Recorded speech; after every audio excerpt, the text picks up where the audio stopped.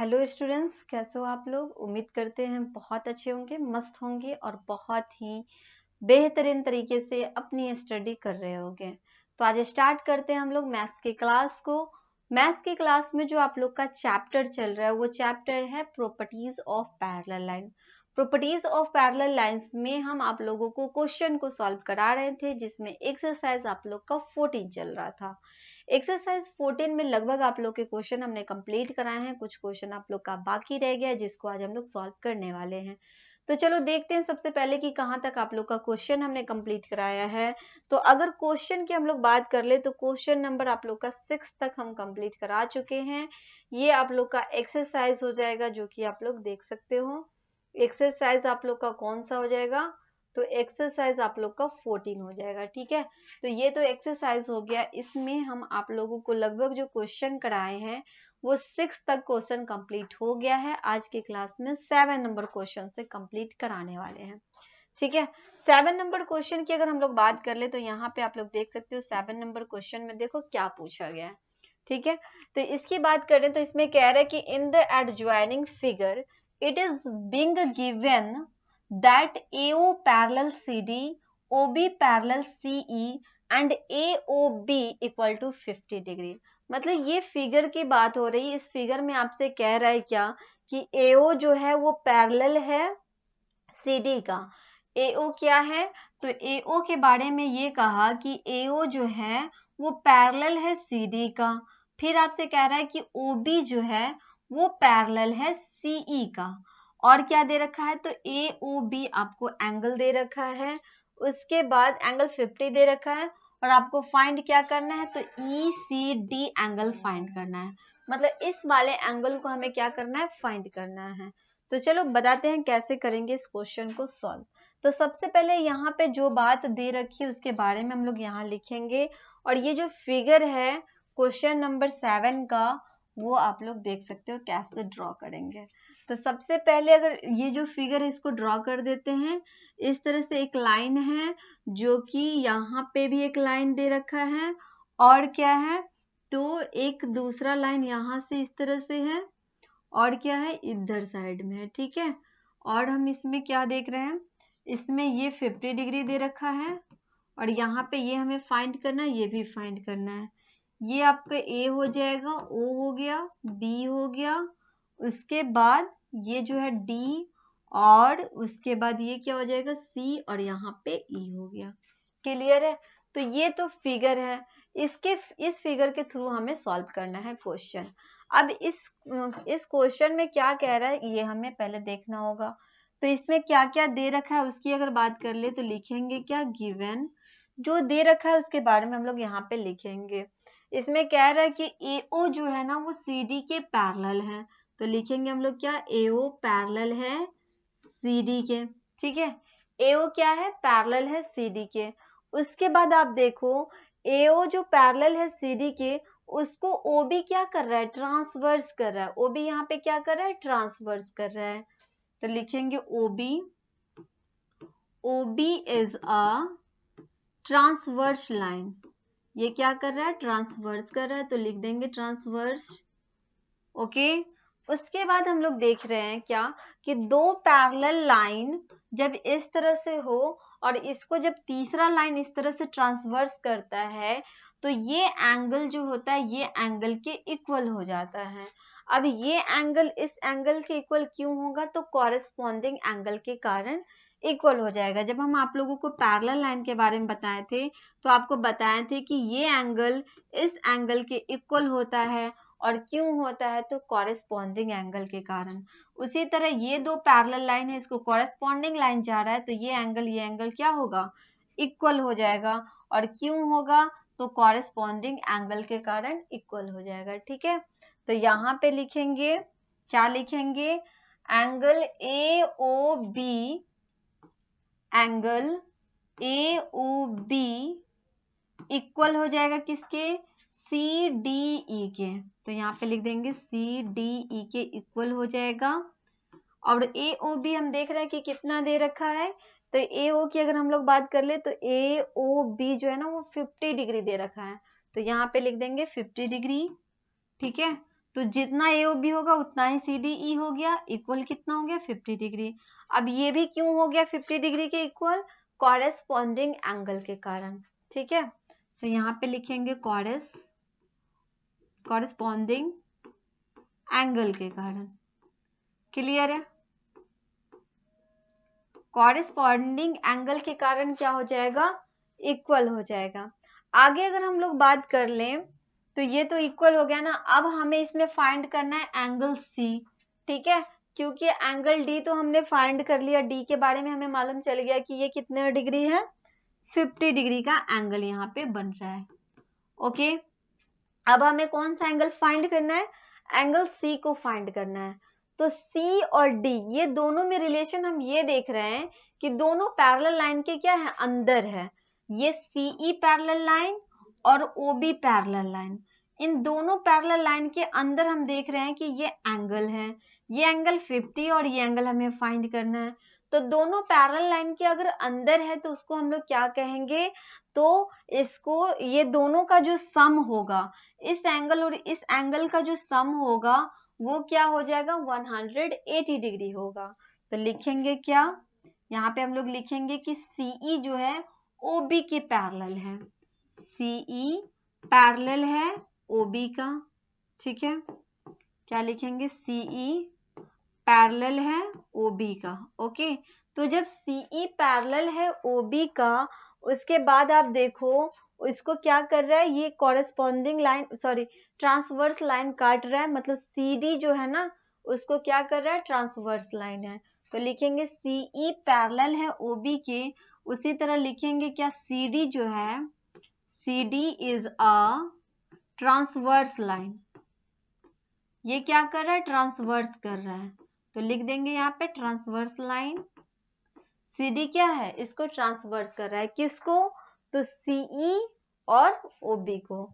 अब यहाँ पे हम लोग देख रहे हैं कि दो पैरेलल लाइन है इस तरह से, इसको क्या कर रहा है, ये CE है और ये क्या है, यहाँ पे हम डाल देते हैं D और यहाँ O और यहाँ पे B है। ठीक है, और इधर से इस तरह से ये जो CD है ना, सॉरी यहाँ पे ये वाला लाइन नहीं है, ये वाले लाइन है ना। तो CD जो क्या कर रहा है, एक ट्रांसवर्स लाइन है। CD क्या कर रहा है? ट्रांसवर्स लाइन है। तो ये और ये एंगल दोनों क्या हो जाएगा, दोनों को हमें सम करना होगा। क्यों? इंटीरियर एंगल के कारण। तो यहाँ पे हम लोग लिखेंगे क्या, लिखेंगे CE पैरेलल है OB के, CD is a transverse line, इसीलिए क्या हो जाएगा, CD यहाँ पे लिखेंगे, सॉरी क्या लिखेंगे, एंगल EC एंगल लिखेंगे, angle ECD plus angle CDB, angle CDB equal to कितना हो जाएगा, इक्वल टू हो जाएगा 180। दोनों को ऐड कर देंगे यहाँ पे, 180 का इक्वल हो जाएगा। अब ये दोनों 180 के इक्वल क्यों हुआ, तो इसलिए यहाँ पे लिखेंगे sum of interior angle is 180 degree. Interior angle का सम क्या हो जाएगा, 180 के बराबर हो जाएगा, इसीलिए ECD plus CDB equal to कितना हो जाएगा, 180 डिग्री हो जाएगा। ओके, अब हमें क्या दे रखा है, CDB तो ऑलरेडी दे रखा है ना यहाँ पे, तो लिखेंगे angle ECD plus angle CDB दे रखा है कितना, 50 डिग्री इक्वल टू 180 डिग्री। अब यहाँ से फाइंड करेंगे ECD इक्वल टू कितना हो जाएगा, 180, ये प्लस 50 है तो इक्वल के जब दूसरे साइड में भेजेंगे माइनस में आ जाएगा, माइनस क्या हो जाएगा, 50 हो जाएगा। यहाँ से फाइंड करेंगे तो ECD इक्वल टू कितना हो गया, 0, 8 में से 5 जाएगा 3 और यहाँ पे हो जाएगा 1 हो गया। मतलब ECD का वैल्यू हमने यहाँ पे फाइंड किया जो कि कितना आ गया, 130 डिग्री आ गया। और हमसे यही कहा गया था इसमें ECD का एंगल ही फाइंड करना था, तो कितना आ गया है 130 डिग्री। तो यहाँ पे हम लोग लिख देंगे ECD का वैल्यू कितना हो गया 130 डिग्री। क्लियर है ये क्वेश्चन? तो ये क्वेश्चन आप लोग का हो गया है कंप्लीट, जो कि क्वेश्चन नंबर 7 था। ठीक है, नेक्स्ट जो आप लोग का क्वेश्चन है, क्वेश्चन नंबर 8 जो है उसको अब करना है सॉल्व। ठीक है, चलो अब यहाँ पे क्वेश्चन नंबर 8 को अगर हम लोग देखें तो आप देख सकते हो इसको कैसे सॉल्व करेंगे। क्वेश्चन नंबर अगर 8 की हम लोग बात करें तो इसमें कह रहा है कि in the adjoining figure it is given that AB parallel है CD के, ABO equal to 50 degree and CDO equal to 40 degree. मतलब इस क्वेश्चन को आप लोग समझो, इसमें कह रहा है कि ये जो फिगर दे रखा है उसमें AB को कह रहा है कि AB जो है वो पैरेलल है CD के, फिर आपको ABO दे दिया, उसके बाद और क्या दिया तो CDO भी दे दिया। उसके बाद आपसे कह रहा है कि ये वाला जो एंगल है इसको आप फाइंड करके बताओ कि कितना हो जाएगा। क्लियर है? तो चलो बताते हैं कैसे करेंगे इसको सॉल्व। तो इस क्वेश्चन को सॉल्व करने के लिए सबसे पहले हम लोग को करना क्या होगा, एक हमें यहाँ पे पैरेलल लाइन ड्रॉ करना होगा। ये जो फिगर दे रखा है इस टाइप से है, ठीक है, ये जो फिगर है इस टाइप से है। अगर यहाँ पे हम लोग देखना चाहेंगे तो ये A हो जाएगा, B हो जाएगा, उसके बाद क्या होगा तो यहाँ पे C डालेंगे, D और ये O हो गया। क्लियर है? अब देखो ये हमें 50 डिग्री दे रखा है यहाँ पे एंगल, और ये 40 डिग्री दे रखा है, और हमें ये वाली एंगल को फाइंड करना है। अब इस क्वेश्चन को कैसे सॉल्व करेंगे, तो सॉल्व करने से पहले हम लोग क्या करेंगे, यहाँ पे एक लाइन इस तरह से पैरेलल लाइन ड्रॉ कर देंगे। इसके बीचों बीच एक लाइन को क्या कर देंगे, ड्रॉ करने से एक एंगल आपको इधर दिखेगा और दूसरा एंगल इस साइड आपको दिख रहा होगा। ठीक है, तो लिखेंगे क्या यहाँ पे, गिवन क्वेश्चन नंबर कितने हैं, क्वेश्चन नंबर आप लोग का 8 है। यहाँ पे लिखेंगे गिवन क्या क्या दे रखा है, तो यहाँ पे आपको दे रखा है कि AB जो है वो CD के पैरेलल है, उसके बाद ABO दे रखा है ना, ABO इक्वल टू कितना है, वो है 50 degree and CDO equal to कितना दे रखा है 40 डिग्री दे रखा है। जब ये पैरेलल लाइन हमने यहाँ पे ड्रॉ किया है, इसको दे देते हैं PQ नाम। क्या नाम दे देते हैं यहाँ पे, PQ दे देते हैं। ठीक है, चलो अब हम लोग यहाँ पे जब इसको ड्रॉ किए हैं तो लिखेंगे ड्रॉ PQ पैरेलल लाइन। ठीक है, अब ये जो PQ है ना दोनों के पैरेलल हो जाएगा, AB के भी पैरेलल हो जाएगा और CD के भी पैरेलल होगा। तो यहाँ पे लिखेंगे PQ पैरेलल हो गया किसके, AB के, एंड PQ ही पैरेलल हो जाएगा किसके, CD के। क्लियर है? तो ये तो पैरेलल की बात हो गई। उसके बाद हम लोग देखेंगे क्या कि यहाँ पे दो लाइन इस तरह से अब पैरेलल है, जो कि यहाँ पे आप देख सकते हो PQ लाइन जो पैरेलल है AB के, है ना। यहाँ पे पहले लिखेंगे PQ पैरेलल है AB के, इसमें देखेंगे PQ पैरेलल है AB के, पहले इसमें काम कर लेते हैं। तो इसमें हम लोग देख रहे हैं क्या कि जो PQ पैरेलल है AB के और BO उसको क्या कर रहा है, ट्रांसवर्स कर रहा है। AB हो जाएगा ये, और ये हो गया PQ, और यहाँ आप देख सकते हो B से लेके O तक ऐसे इसको ट्रांसवर्स कर रहा है ना, क्या कर रहा है, ट्रांसवर्स कर रहा है। तो यहाँ पे लिख देंगे, क्या लिखेंगे, OB is a transverse line, OB is a transverse line. OB इसको क्या कर रहा है, ट्रांसवर्स कर रहा है। तो ये जो एंगल B है वो एंगल इधर वाले साइड के बराबर हो जाएगा। ठीक है, ये एंगल इस एंगल के बराबर हो जाएगा। अब ये एंगल इस एंगल के बराबर क्यों होगा, तो यहाँ पे लिखेंगे एंगल ABO जो होगा इक्वल हो जाएगा किसके, तो BOQ के। तो लिखेंगे यहाँ पे BOQ के इक्वल हो जाएगा। ठीक है, BOQ के इक्वल हो जाएगा। तो ये क्यों इक्वल हो गया?